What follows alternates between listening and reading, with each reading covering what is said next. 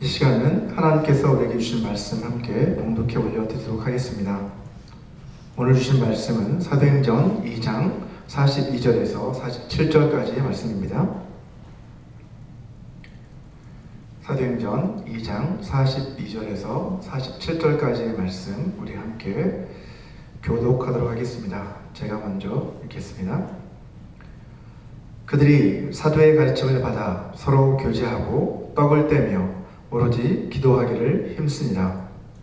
사람마다 두려워하는데 사도들로 말미암아 기사와 표적이 많이 나타나니 믿는 사람이 다 함께 있어 모든 물건을 서로 통용하고 또 제사와 수요를 받아 각 사람의 필요를 따라 나눠주며 날마다 마음을 같이하여 성전에 모이기를 힘쓰고 집에서 떡을 떼며 기쁨과 순전한 마음으로 음식을 먹고 하나님을 찬미하며 또 온 백성에게 칭송을 받으니 주께서 구원받는 사람을 날마다 더하게 하시니라. 아멘. 여러분, 세상에 완벽한 교회가 있을까요? 우리 교회는 어떨까요? 완벽한 교회일까요? 아니면 불완전한 교회일까요?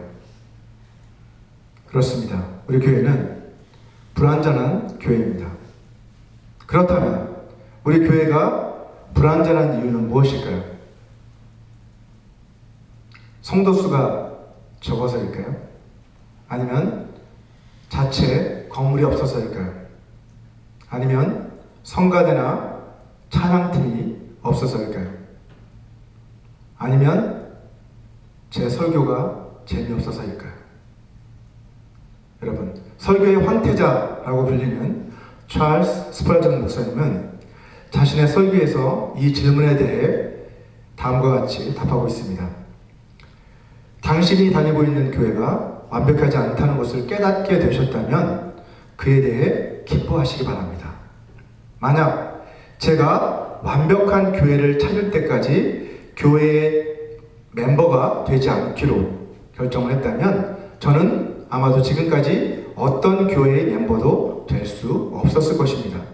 설사 완벽한 교회를 찾았다고 하더라도 제가 그 교회의 멤버가 되는 순간 그 교회는 저 때문에 망가지게 되었을 것입니다. 왜냐하면 제가 그 교회의 멤버가 된 이후부터 그 교회는 더 이상 완벽한 교회가 될 수 없었을 것이기 때문입니다. 비록 그 자체로 여전히 불완전하더라도 당신이 속한 그 교회가 세상에서 가장 사랑스러운 교회입니다. 라고 이렇게 설교 시간에 고백했습니다. 자, 스펄전 목사님이 말씀하신 것처럼 교회를 불완전하게 만드는 것은 어떤 다른 사람이나 다른 어떤 것이 아니라 바로 우리 자신이라는 것을 우리는 깨달아야만 합니다. 우리 모두는 완벽한 존재들이 아니기 때문에 우리가 속한 그 교회들 역시도 완벽할 수가 없다는 것이죠. 자, 교회에 속한 우리 각 사람이 예수 그리스도를 닮은 거룩한 모습으로 점차 변화되어져 갈 때 교회도 어떻게 되는 겁니까? 점차 하나님이 기뻐하시고 온전한 모습으로 그렇게 점차 온전한 모습으로 세워져 나가게 되어 있는 것이죠. 하나님이 기뻐하시는 그 교회의 모습, 하나님이 바라시는, 하나님이 기뻐하시는, 하나님이 계획하시는 그러한 교회의 모습, 그것이 바로 교회를 향한 하나님의 비전이라고 할 수 있습니다. 자, 화면에 보시면 어떤 조직의 비전, 조직의 비전은 그 조직이 장기적으로 이루고자 하는 어떤 이상적인 상태나 방향성을 말하는 거죠. 비전이 어떤 비전을 가지고 있다는 것은 우리는 이런 기업으로 만들어 가야 되겠다라고 하는 그런 방향성, 어떤 이상적인 모습, 목표 이런 것들을 비전이라고 합니다. 자, 그리고 미션은 뭡니까? 그 조직의 존재 이유와 목적을 나타내는 것이 바로 미션이에요. 우리는 무엇을 하기 위해 존재한다 라고 할 때 이것이 바로 미션이라는 거죠. 자, 미션과 비전은 어때요? 서로 밀접하게 서로 연결이 되어 있습니다. 자, 비전은 비전은 미션을 달성하기 위한 어떤 구체적인 방향성 또 목표를 이렇게 제시해 주는 것이 바로 비전이라고 할 수 있는 거예요. 그 조직이 어떤 미션을 달성하기 위해 나아갈 방향을 제시해 주는 것이 비전이다라고 할 수 있는 거죠. 자, 이렇게 기업의 비전은 주로 누가 정하죠? 그 기업의 경영진 가운데서 최고 경영자, CEO가 주로 그 비전을 결정하고 또 그렇게 함으로써 조직의 구성원들 모두가 그 비전을 함께 공유하며 함께 만들어 나가는 것, 그것이 바로 이 기업의 비전입니다. 자, 마찬가지로 적용을 해본다면 교회의 비전은 뭘까요? 교회의 머리가 되시는 예수 그리스도에 의해서 주어진, 그리고 교회 공동체에 속한 구성원들이 함께 공유하며 함께 세워나가는 것, 그것이 바로 교회에 주시는 비전이라는 거죠. 제가 작년 가을 남침내 교단의 국내 선교부인 North American Mission Board의 교회 개척자가 되기 위해서 지원하는 그 과정 중에 이 아틀란타 지역에서 먼저 개척하셔서 자리를 잡고 계신 몇몇 한국 선배 목사님들과 인터뷰를 하게 됐습니다. 자, 인터뷰 내용 가운데 교회 개척자로서의 소명 그리고 사명을 확인하는 그런 부분들도 있었고요.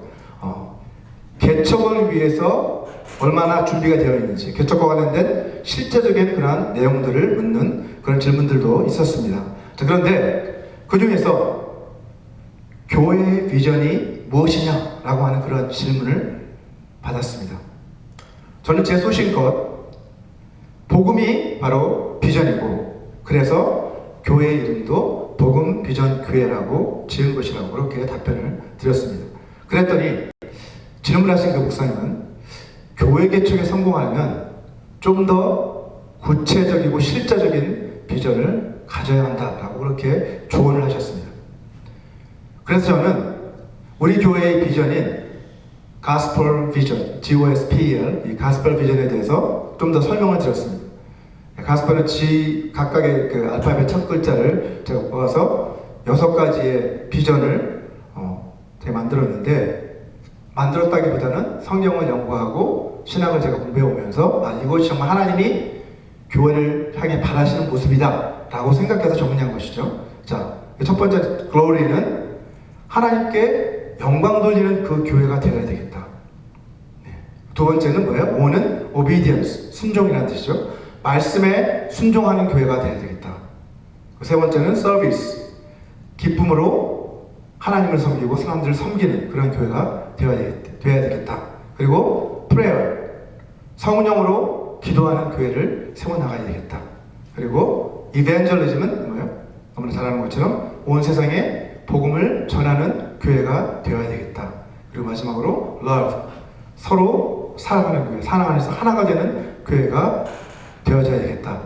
이러한 비전을 가지고 목회를 해 나가려고 합니다 라고 이렇게 저는 답변을 드렸습니다.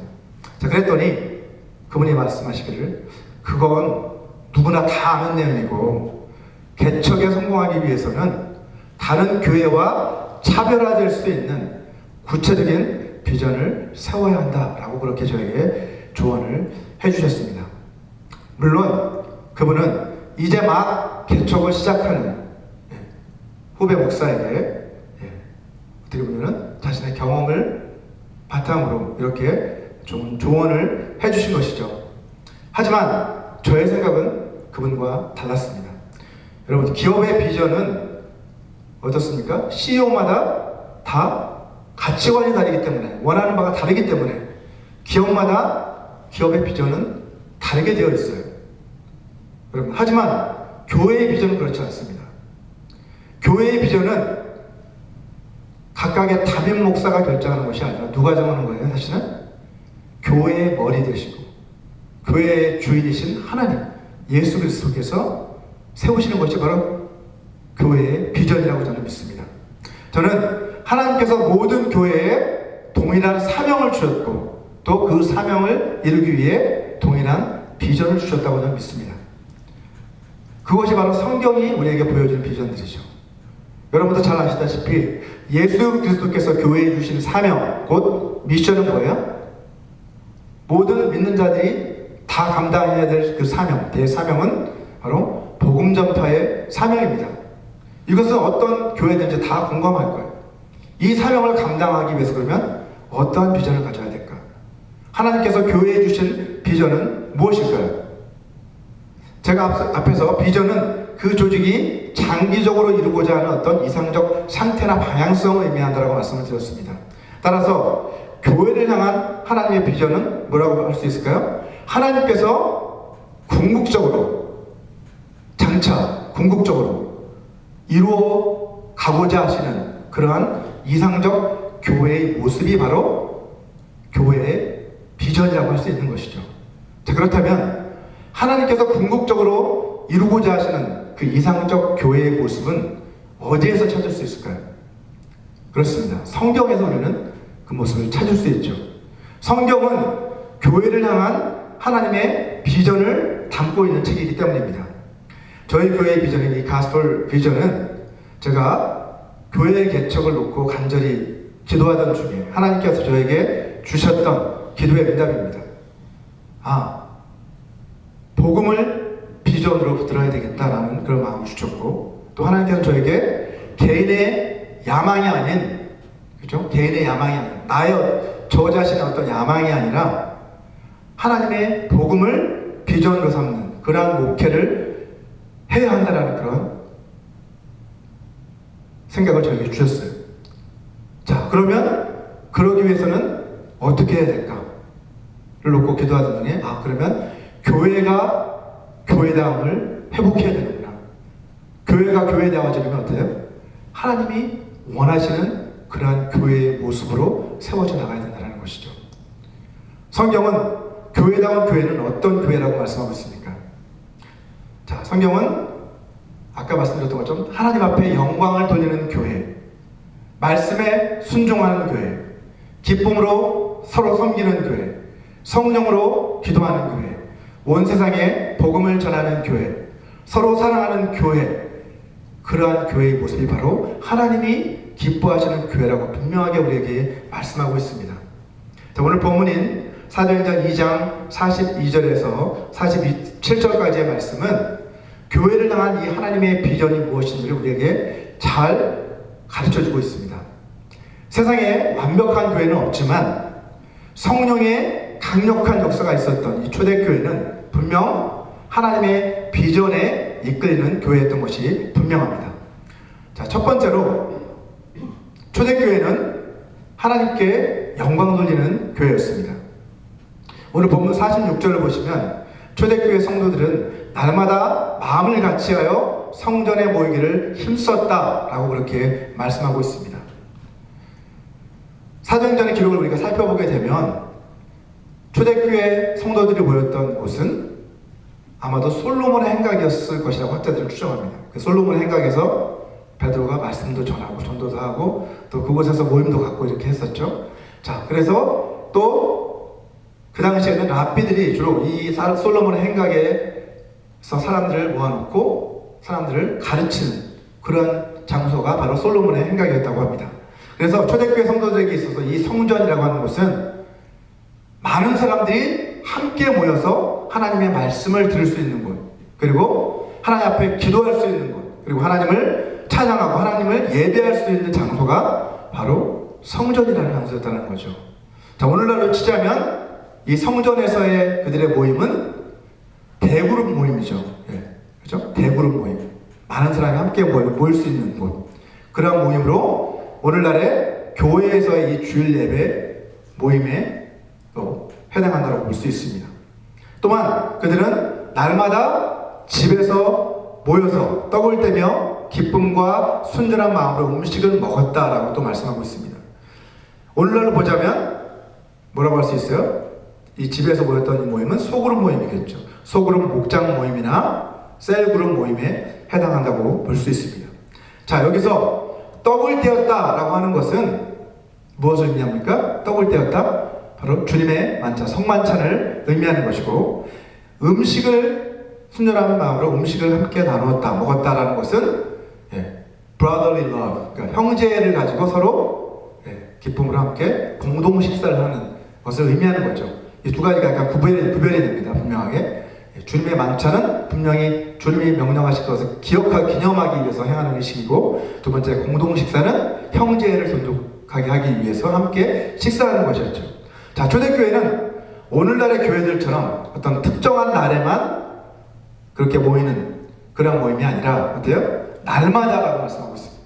날마다 성전과 집에서 모여 하나님을 찬양하고 예배했다라고 말씀합니다.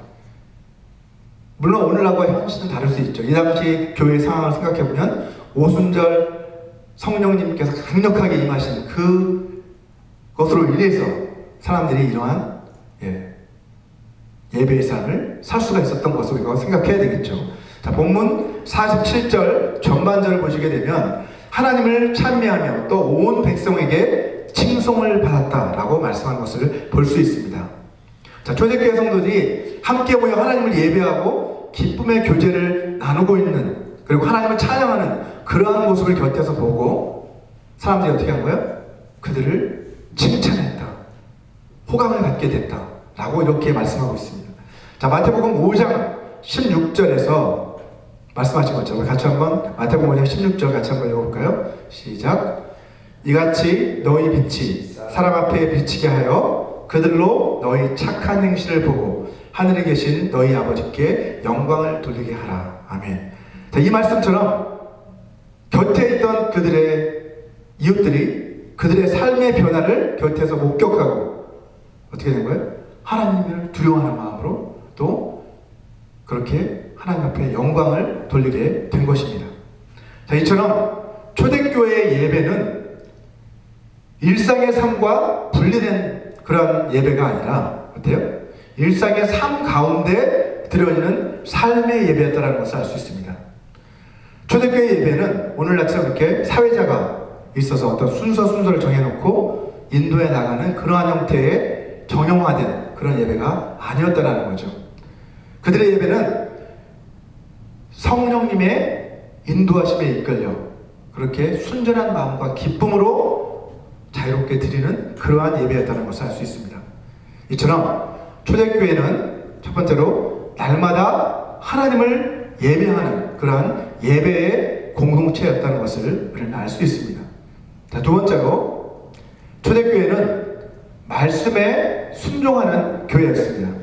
본문 42절 전반절을 보시면 그들이 사도의 가르침을 받아 라고 이렇게 번역을 하고 있는데, NIV 영어 성경에 보시면 이 부분을 They devoted themselves to the apostles' teaching 이렇게 되어 있습니다. 그러니까 그들이 devoted to, 그러니까 사도의 가르침에 어떻게 하는 거예요? 전적으로 전념했다. devote, 자신을 완전히 들여서 그 일에 몰두했다. 이렇게 번역을 하고 있는 것을 볼 수 있습니다. 이것은 초대교회 성도들이 또 원래 그 헬라어 그 원문을 보면 이 단어에는 정기적이고 지속적으로 그렇게 했다라는 의미가 들어 있습니다. 그래서 계속해서 정기적으로 또 계속해서 그들은 사도들로부터 가르침을 받았다라는 것을 우리에게 말해주고 있는 것이죠. 사도들의 가르침을 헬라어로는 디다케라고 하는데, 실제로 1873년에 사도들이 그 초대교회 성도들을 가르쳤던 그 내용이 기록되어 있는 문헌 하나가 실제로 발견되었습니다. 그래서 그걸 디다케라고 부르는데 초대교회 연구에 있어서 아주 귀한 사료로 현재까지 사용이 되고 있습니다. 자, 초대교회의 영적인 리더들인 사도들의 중요한 임무를 생각해보면 바로 그들은 성도들을 가르치는 일이 주된 임무였다는 것을 알 수 있는 거죠. 자, 이 사도들은 자기 마음대로 그렇게 가르친 게 아니라 어때요? 실제 자신들이 주님 옆에서 자신들이 보고 듣고 배운 그대로 가르쳤다라고 그렇게 성경은 말씀하고 있죠. 사도행전 1장 3절을 보면 우리 같이 한번 읽어볼까요? 사도행전 1장 3절 시작. 그가 고난받으신 후에 또한 그들에게 확실한 많은 증거로 친히 살아계심을 나타내사 40일 동안 그들에게 보이시며 하나님 나라의 일을 말씀하시니라. 이 40일간의 특별 훈련을 또 받았죠. 3년간의 공생애뿐만 아니라 이 40일간의 특별 훈련을 또 받고 나서 그들 비로소 성령을 받고 난 다음에 어떻게 해요? 이 가르치는 그 사역을 감당할 수 있게 된 것입니다. 자, 그들이 이처럼 가르치는 일에 헌신한 이유는 주님께서 그들에게 이 사명을 맡기셨기 때문이에요. 내가 너희에게 분부한 이 모든 것을 가르쳐 지키게 하라 라는 그 사명을 주셨죠. 마태복음 28장 20절 전반절을 보면 내가 너희에게 분부한 모든 것을 가르쳐 지키게 하라. 볼지어다 내가 세상 끝날까지 너희와 항상 함께 있으리라 라고 주님은 그들에게 명령하셨어요. 또 우리에게도 명령하셨죠. 자, 주님께서는 자신이 분부하신 그 모든 것을 가르칠 뿐만 아니라 어떻게까지? 지키게 하라 라고 분명하게 말씀하셨습니다. 단순히 어떤 지식 전달이 아니라 더 나아가서 그 배운 내용을 실제의 삶에 적용해서 순종해가는, 말씀에 순종하는 삶을 살게 하라라는 그런 명령이라고 볼 수 있는 거죠. 하나님의 말씀을 가르치고 그 말씀에 순종하도록 그렇게 지도하는 것, 그것을 다른 말로 뭐라고 해요? 제자 양육이라고 하는 거죠. 제자를 삼는다는 것은 바로 그냥 성경 공부만 하는 것이 아니라 그 말씀의 가르침을 통해 실제 삶에서 그런 삶을 살아낼 수 있도록 훈련하는 것까지가 바로 제자 양육이라고 할 수 있습니다. 이처럼 초대교회는 하나님의 말씀에 순종하는 삶을 살도록 성도들을 가르치는 그러한 양육의 공동체였다는 것을 우리는 확인할 수 있습니다. 세 번째로 초대교회는 기쁨으로 섬기는 그러한 교회였습니다. 본문 45절을 보시면 초대교회 성도들은 자신의 재산과 소유를 팔아서 각 사람의 필요에 따라 나누어 주었다라고 말씀하고 있는 것을 볼 수 있죠. 아마도 이 오순절 그 절기를 지키기 위해서 여러 나라의 먼 곳에서부터, 그죠? 각처에서 온 순례자들이 있었을 겁니다. 그죠? 자, 그들이 오순절 성령 강림 사건을 통해서 복음을 듣게 됩니다. 베드로의 설교를 듣고 복음을 듣고 그들도 교회의 일원이 되는 그런 역사들이 일어났죠. 자, 그렇기 때문에 아마도 그들은 좀 더 오순절 그 기간이 끝난 뒤에도 좀 더 그곳에 머물면서 이 초대교회 성도들 또 사도들로부터 배우고 또 그들과 교제하기 위해 아마 그곳에 머물기를 원하는 사람들이 있을 겁니다. 자, 그러다 보면 사람들의 도움이 필요했겠죠. 이 예루살렘 성도들의 도움이 절실하게 필요했을 겁니다. 아마도 이런 필요를 채워줬던 것이 바로 이것이 아닐까라고 학자들은 또 그렇게 보고 있습니다.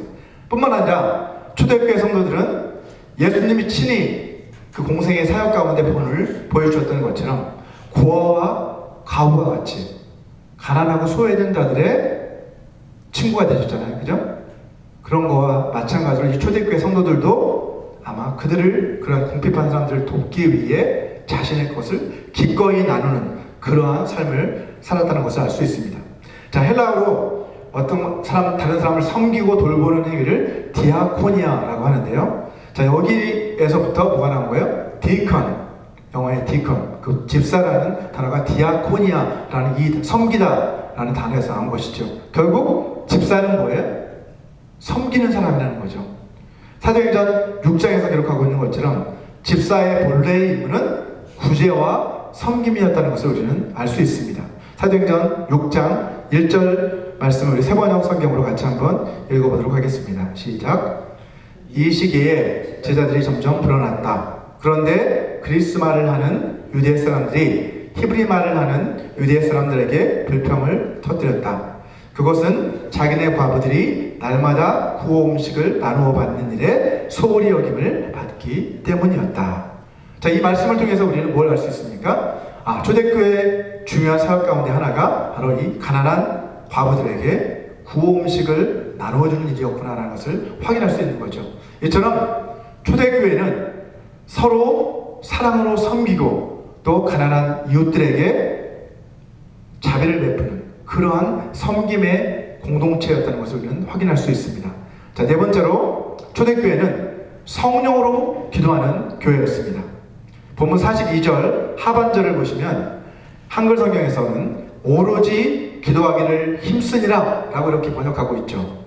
하지만 이 말씀은 그들이 기도에만 열중했다라는 의미가 결코 아닙니다. 헬라어 원문을 보면 이 오로지 힘쓰니라 라고 이 번역된 부분은 한 개의 동사로 되어 있어요. 그리고 맨 앞에 나와 있습니다. 무슨 말입니까? 사도의 가르침을 받는 것, 서로 교제하는 것, 떡을 떼는 것, 기도하는 것에 모두 힘썼다라는 거예요.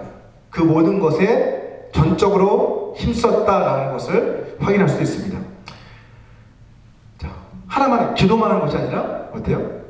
서로 양육을 받고 또 교제하고 또 주의 만찬에 참여하고 기도하는 것, 이 모든 것에 다 힘을 써서 전념했다는 거죠.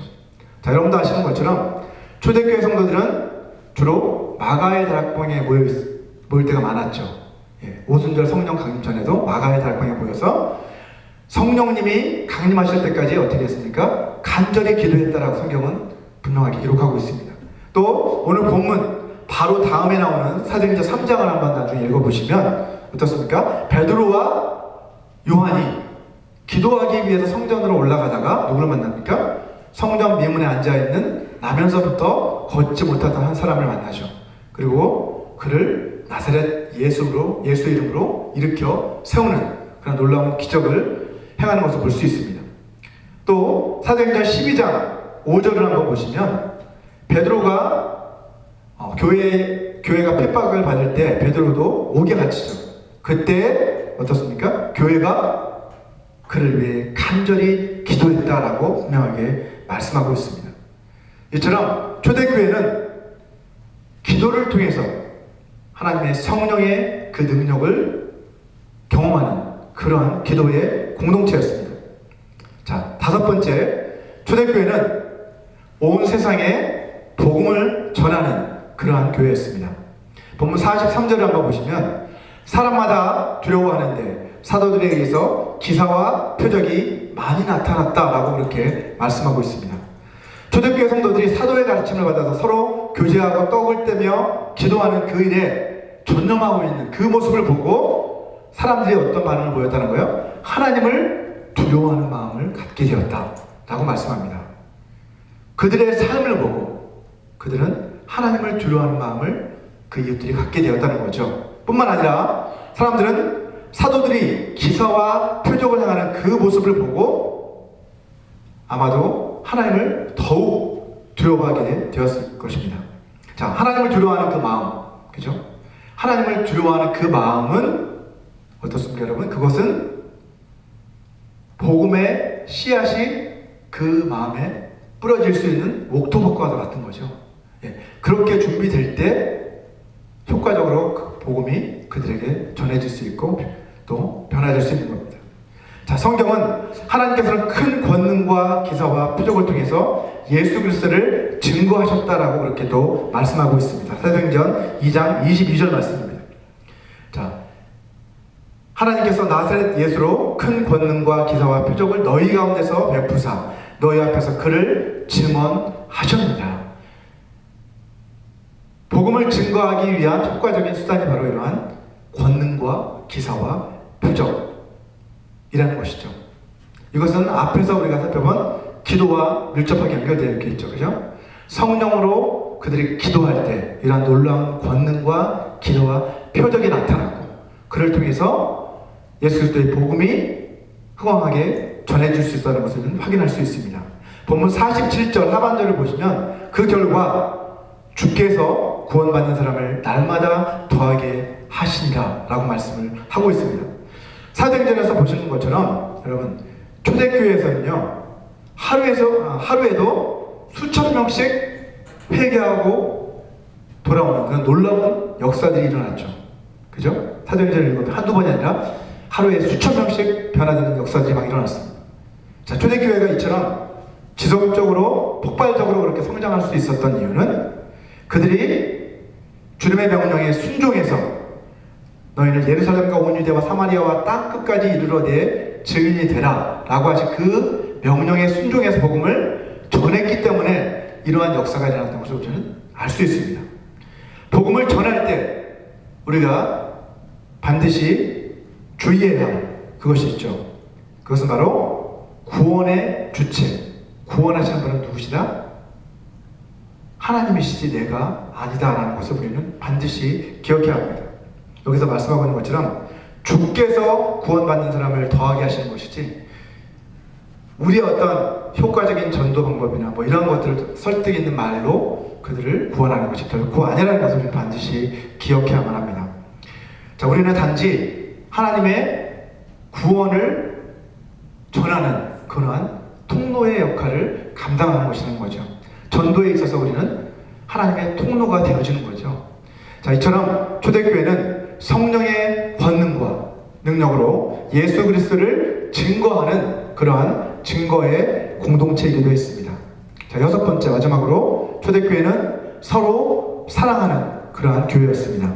본문 42절 중반절을 보시면 그들은 서로 교제하고 떡을 떼었다. 그리고 오로지 기도하기를 힘썼다라고 말씀을 하고 있습니다. 사도들의 가르침마다 교제하고 떡을 떼며 기도하기를 힘쓰는 그러한 모습이었죠.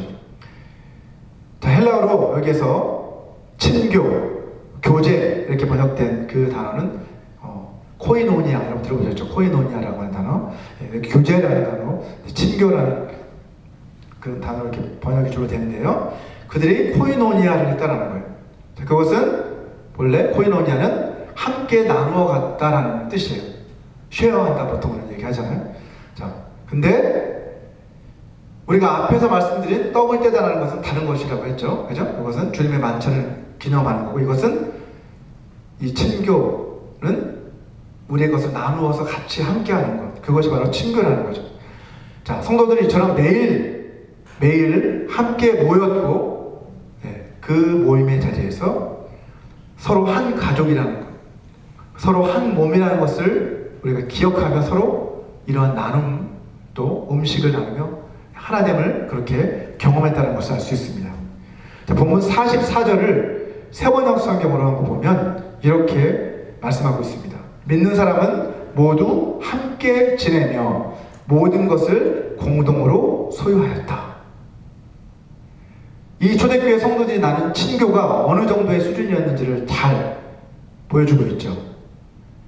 근데 자칫하면 이 구절을 보고 초대교회가 공산주의였나?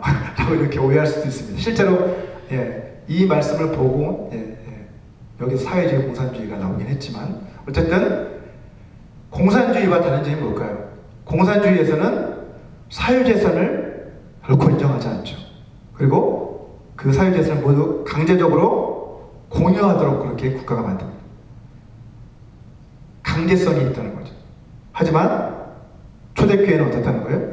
자발적으로 자신의 것을 나누었다라는 점에서 차이가 있다는 겁니다.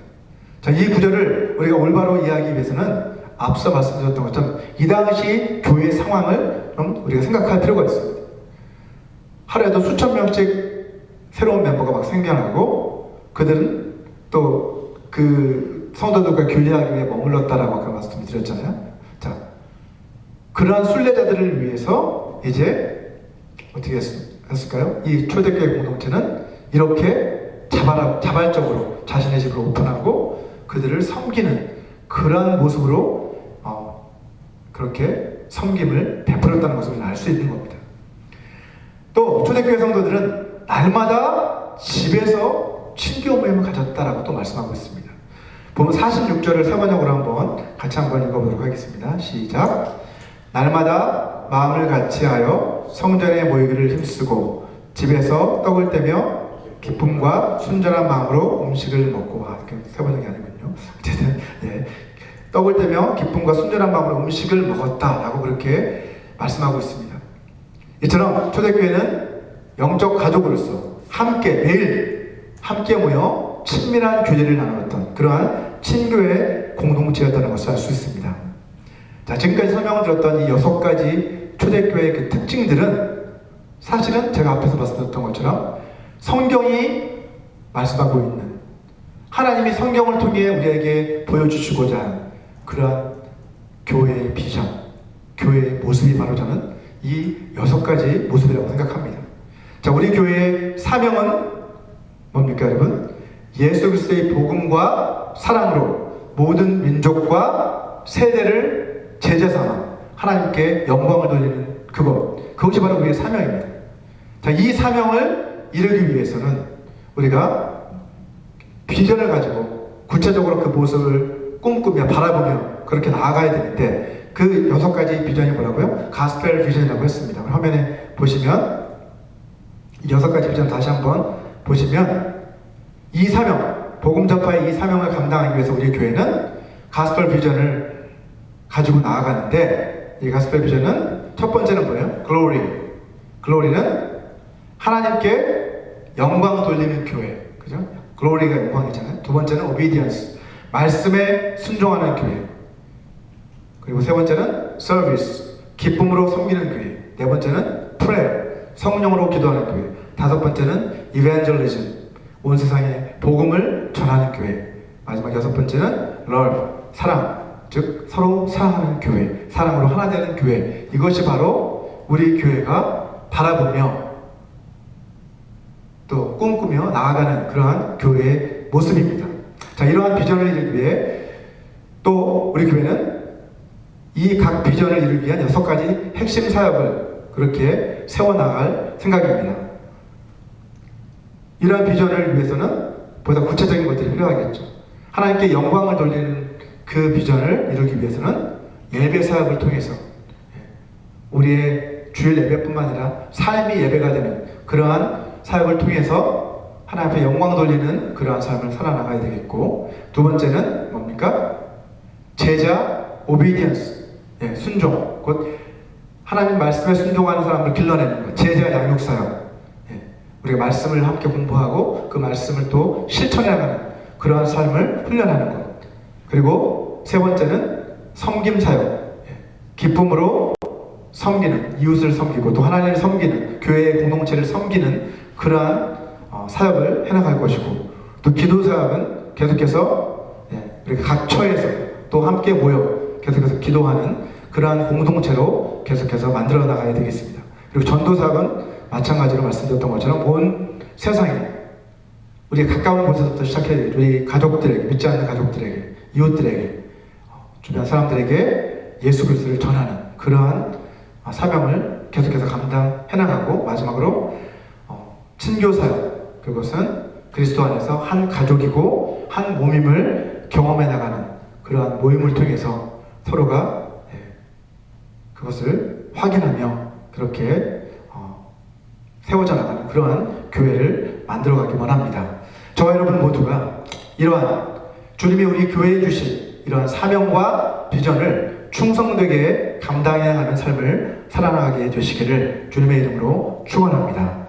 우리 이 시간 이 사명, 우리에게 주신 이 복음 전파의 사명과 우리에게 주신 이 비전, 이러한 비전과 사역들을 정말 성령의 도우심으로 잘 감당해 나가게 도와달라고 우리 다 같이 이 말씀을 생각하시면서 같이 기도하시겠습니다.